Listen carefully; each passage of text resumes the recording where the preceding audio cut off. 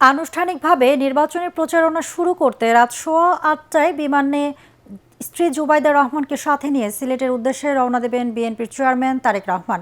গুলশানে বিএনপির কেন্দ্রীয় নির্বাচন পরিচালনা অফিসে নির্বাচন পরিচালনা কমিটির মুখপাত্র মাহাদি আমিন সংবাদ সম্মেলনে জানান, কাল ভোরে হযরত শাহজালাল ও শাহ পরানের মাজার জিয়ারত করবেন তিনি।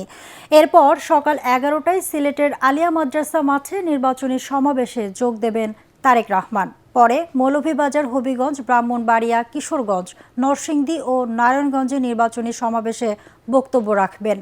বিএনপি চেয়ারম্যানের উপদেষ্টা মাহাদি আমিন জানান, গণভোটে হ্যাঁ ভোটের পক্ষে অবস্থান নেবে বিএনপি। নির্বাচন কমিশনের একটি অংশের ভূমিকার সমালোচনা করে লেভেল প্লেইং ফিল্ড নিশ্চিত করার আহ্বান জানান মাহাদি আমিন। 31 দফা রয়েছে, 31 দফায় কিন্তু সংস্কারের সবচেয়ে মৌলিক ভিত্তিগুলোকে ধারণ করে। সুতরাং আমরা বলেছি গণভোটে আমরা হ্যাঁ পক্ষে অবস্থান নেব। নোট অফ ডিসেন্ট এবং জুলাই চার্টার আমাদের যে অবস্থানগুলো ছিল সেগুলোর উপর ভিত্তি করে নিব। যে বিষয়গুলোতে আমাদের ভিন্ন মত, ভিন্ন পথ থাকবে এবং সেটাই স্বাভাবিক গণতন্ত্রে, সেগুলো নিয়ে আমরা পরবর্তীতে সংসদে আলোচনা করব। লেভেল প্লেইং ফিল্ড সবচেয়ে বেশি তো আমরাই চাই, কারণ আমরা চাই নির্বাচনটা বিতর্কমুক্ত হোক।